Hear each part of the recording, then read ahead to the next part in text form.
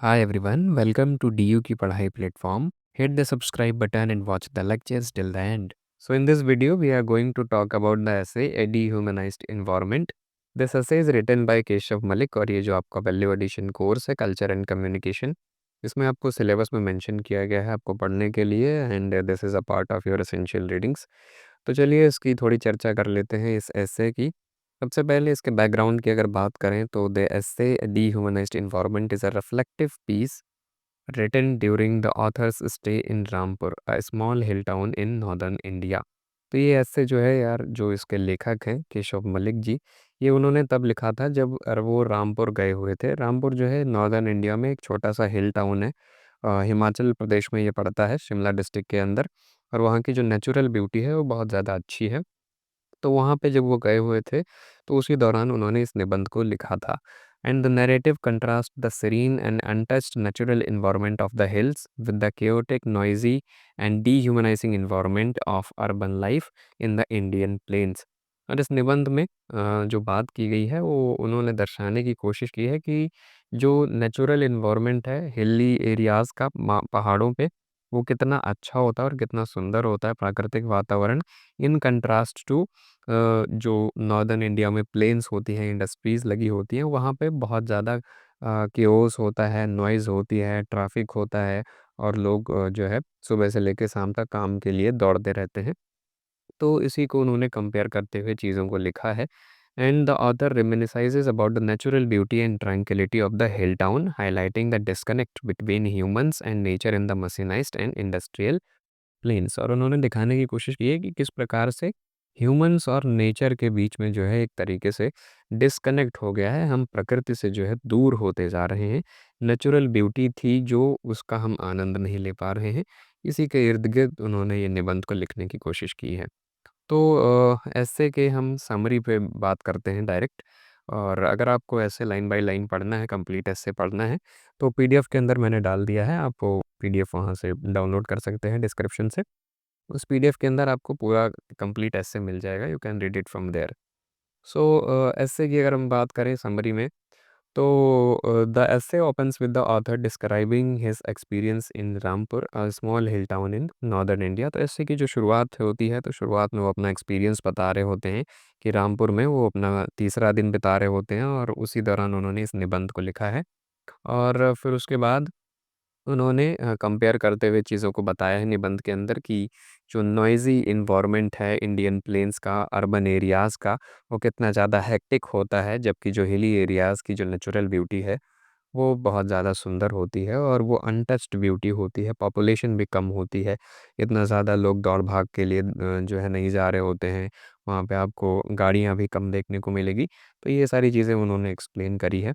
उसके बाद फिर रामपुर में उन्होंने बताया है कि जो टाउन है, हिली एरिया में, वहाँ पे वो नेचर की जो आवाज़ें हैं, नेचर्स की वॉइसेस वो क्लियरली सुन पाते हैं। नेचर से साउंड का उनका मतलब है जो रनिंग वाटर की आवाज़ होती है, यानी बहते हुए पानी की आवाज़, ह्यूमन वॉइसेस, फॉलिंग स्टोन्स, ये सारी चीज़ें, ये सारी आवाज़ें जो हैं, वो क्लियरली वहाँ पे सुनाई देती हैं। और जबकि इंडियन प्लेन्स की अगर हम बात करें, जहाँ पे इंडस्ट्रीज़ वगैरह होती हैं, तो वहाँ पे ये सब चीज़ ट्रैफ़िक में खो जाता है। इतना ज़्यादा ट्रैफ़िक होता है दिल्ली और मुंबई जैसे शहरों में कि आवाज़ भी ठीक से नहीं सुनाई देती है और गाड़ियों की एकदम पिपीरी बजती ही रहती है। आप सड़कों पे कहीं भी निकल जाओ, तो वो शांति नहीं मिलती है यहाँ पे। सो अब फिर वो आगे रात का वर्णन करते हैं कि at night Malik listens intently to the sound of water in pipes and observe a moth flying near his ceilings. और रात का जो वर्णन वो करते हुए बताते हैं कि कैसे जो पाइप में पानी है वो बहता है और उसकी आवाज़ एकदम क्लियरली सुनाई देती है वहाँ पे। जबकि इंडियन प्लेन्स में आप ये सारी चीज़ें एक्सपीरियंस नहीं कर सकते। उनको वहाँ पे पतंगा उड़ता हुआ भी दिखाई देता है उनकी सीलिंग के पास में। तो ये सारी चीज़ें वो बहुत ही क्लियरली ऑब्ज़र्व करते हैं और नेचुरल ब्यूटी का आनंद लेते हैं। डे टाइम में फिर वो एक्सप्लेन करते हैं कि जब वो अपनी आर्म चेयर पे बैठते हैं, तो वो चेंजिंग लाइट्स सनलाइट को ऑब्ज़र्व करते हैं। जैसे होता है ना कि सनलाइट जो होती है, एक कभी-कभी दिन के टाइम पे आप देखोगे तो एक बैग जो है अँधेरा छा जाता है और फिर तुरंत जो है सूरज की रोशनी आ जाती है। तो उसी को वो एक्सप्लेन कर रहे हैं कि कैसे चेंजिंग मून लाइट्स वहाँ सॉरी चेंजिंग सनलाइट्स वहाँ पे होती हैं और thickly wooden hills, circling eagles and the clouds bath in the autumn sun. तो ऐसा जो मौसम है वहाँ का, वो सारी नेचुरल ब्यूटी को एक्सप्लेन करते हुए ये चीज़ें बता रहे हैं। और he pays close attention to the details of his surroundings, the fern covered oaks, movement of the leaves and the grass stirring by an old threshold.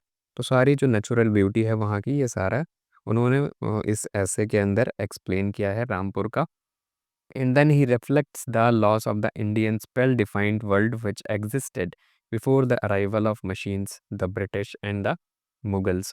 और फिर उन्होंने इस ऐसे में इस चीज़ की भी बात की है कि जब ब्रिटिशर्स या मुगल्स या जो इंडस्ट्रीज़ हैं, मशीन्स हैं, ये चीज़ें नहीं आई थी, उसके पहले जो भारतीय समाज था, वो शायद कुछ ज़्यादा अच्छा था आज के टाइम से अगर हम कंपेयर करें।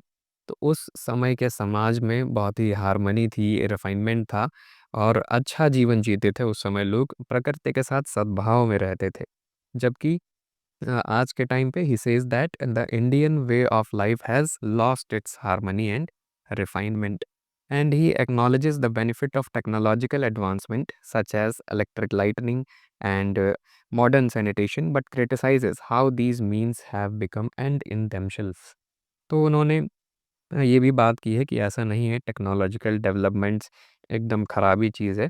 ये अच्छा भी इसका पहलू है, जैसे कि इलेक्ट्रिक लाइटनिंग सिस्टम्स हैं या जो मॉडर्न सैनिटेशन सिस्टम्स हैं, फ्लश सिस्टम है, ये सारी चीज़ों की बात करते हुए वो बताते हैं कि ये सब अच्छे हैं टेक्नोलॉजिकल डेवलपमेंट्स।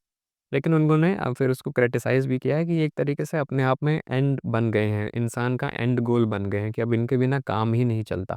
जबकि ये एक नेसेसिटी होनी चाहिए थी, आदमी को ज़रूरत होनी चाहिए थी।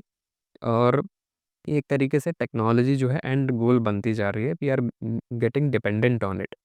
So the essay emphasizes that the primary goal of civilization should be to enhance the quality of human life through the appreciation of beauty and simplicity rather than the accumulation of material goods and power।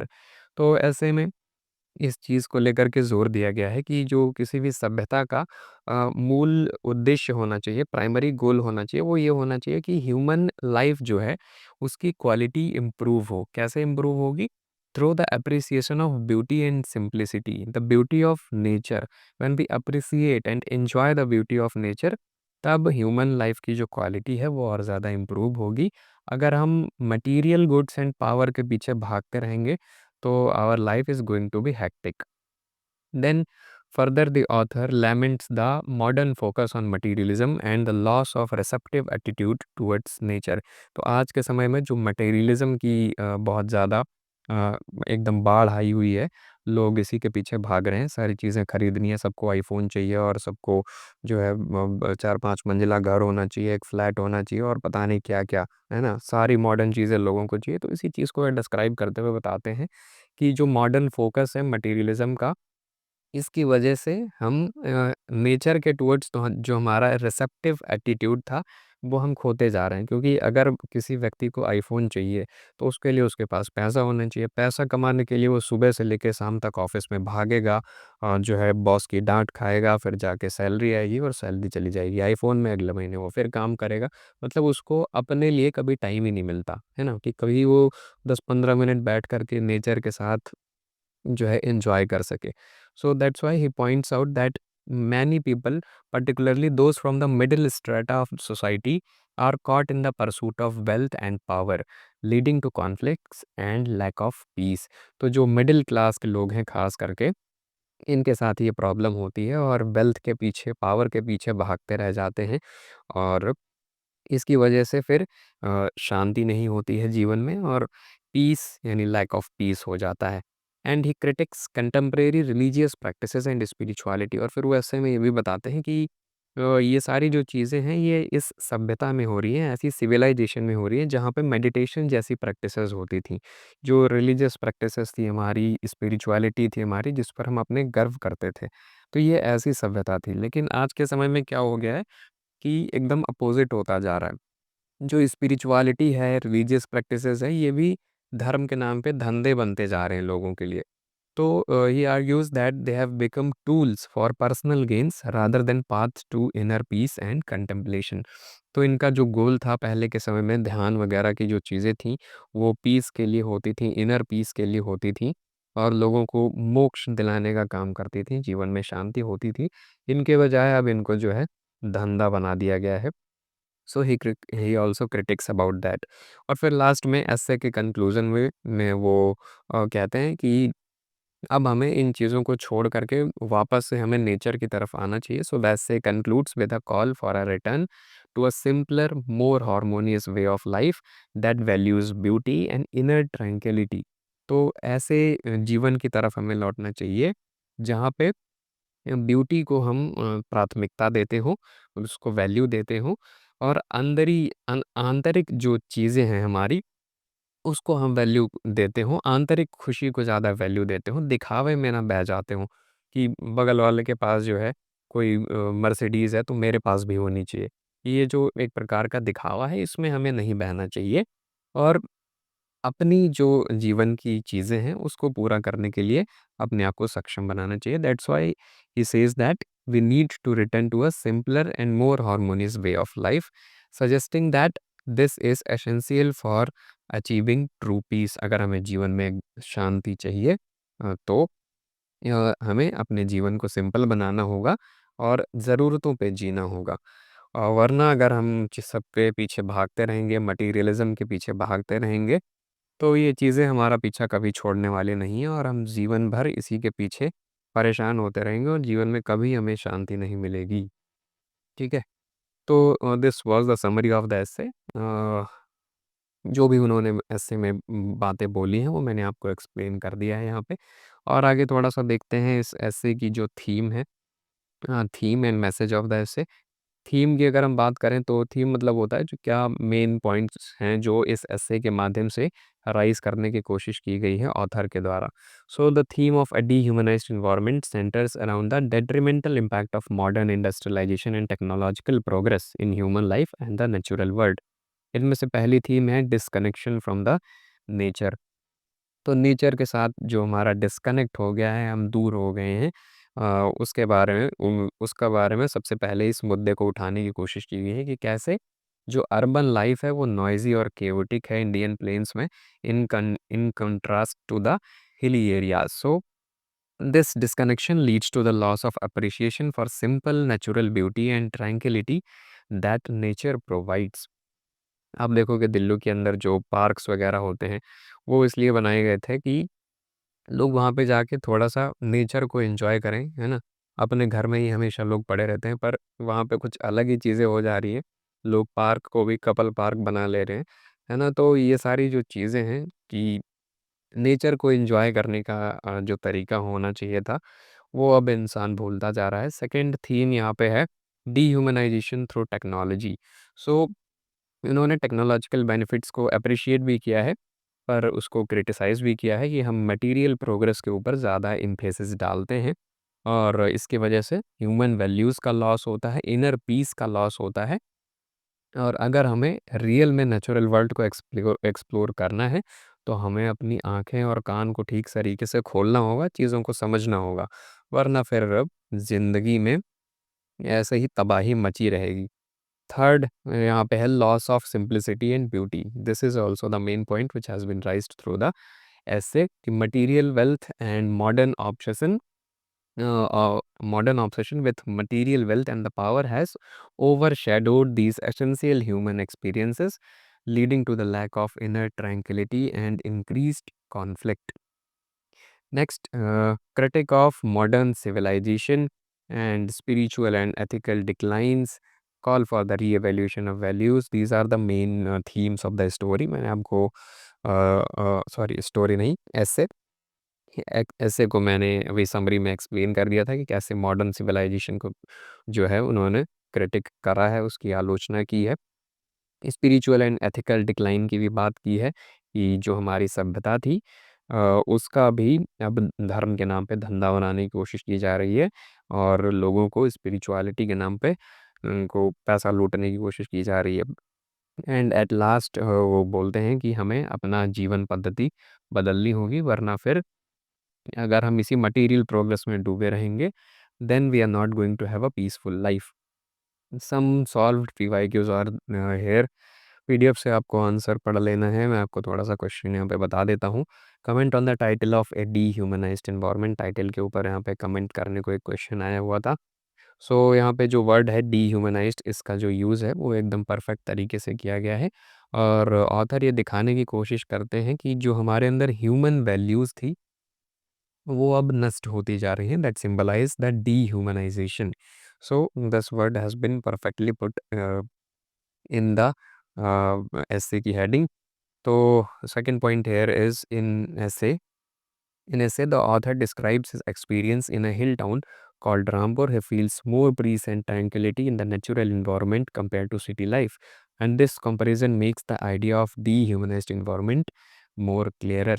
तो जैसा उनका experience रहा है city life में और hilly area पे जो है वो एक्सपीरियंस कर रहे हैं, ये परफेक्टली दिखाता है जो डीह्यूमनाइज्ड एनवायरनमेंट टर्म आया है उसको, कि हम अपनी जो ह्यूमन वैल्यूज़ है उसको भूलते जा रहे हैं। So you can read these points and answers from the PDF. Second question भी यहाँ पे आया हुआ है कि Keshav Malik laments on the loss of natural beauty amidst the rising dehumanization of nature. Do you think his concern is justified? यानी इस निबंध के अंदर केशव मलिक जी ने जो नेचुरल ब्यूटी के प्रति और डीह्यूमनाइजेशन ऑफ नेचर के प्रति अपना खेद व्यक्त किया है, अपनी जो चिंता जताई है, क्या आपको वो लगता है कि जायज़ है?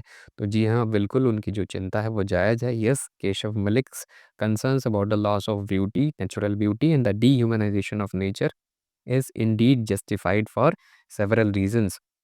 First is lack of contact with nature. हमारा जो नेचर से कॉन्टैक्ट है वो अब धीरे धीरे कम होता जा रहा है।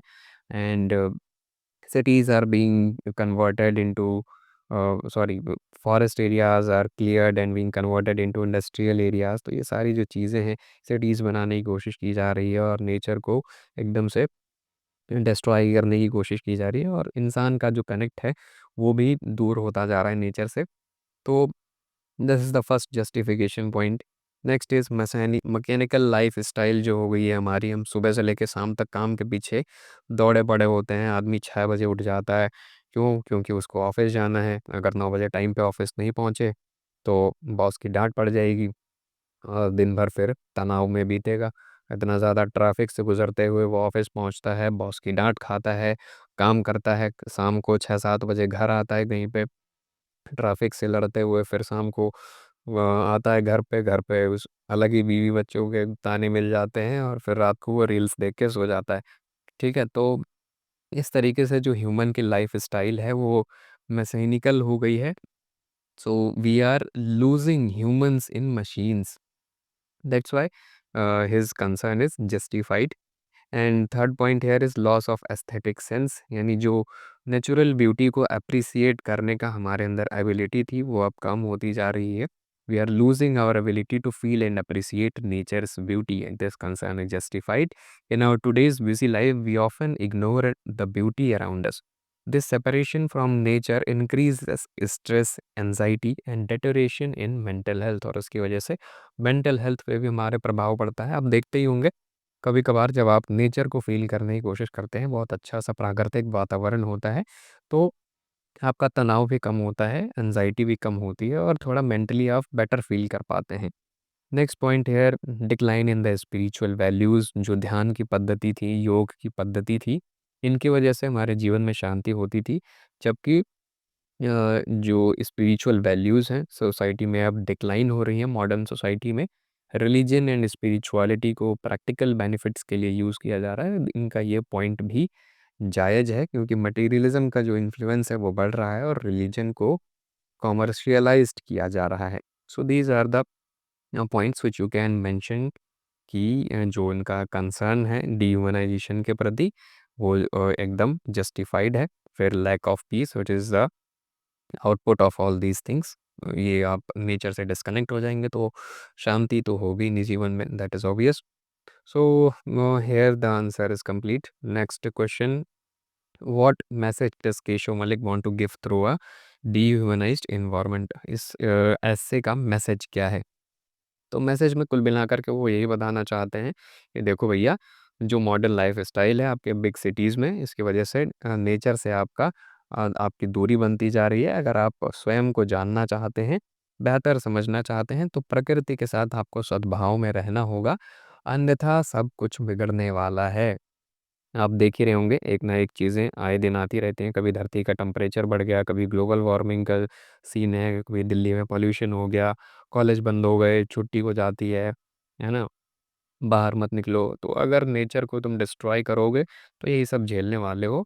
अगर चाहते हो कि ये सब ना हो, तो नेचर की तरफ वापस आओ, उसका सम्मान करो and use it for your benefits, do not destroy them, ठीक है? So this is the main core message of the dehumanized environment. Here a complete detailed answer is given in the PDF. You can download it from the link in description. ठीक है? तो इस तरीके से ये ऐसे के बारे में सारे डिटेल्स मैंने आपको बता दी हैं। PDF से आप सारी चीज़ों को पढ़ सकते हैं। लिंक डिस्क्रिप्शन में मिल जाएगा। Instagram page, Telegram channel, WhatsApp channel, सारे सोशल मीडिया पेजेस को जाके फॉलो कर लीजिएगा। आई होप आपको सारी चीज़ें क्लियर हो गई होंगी। तो चलिए हम वीडियो को यहीं पे समाप्त करते हैं। So please give your suggestions and feedback in the comment. This is the end of the video. Thank you. Have a nice day.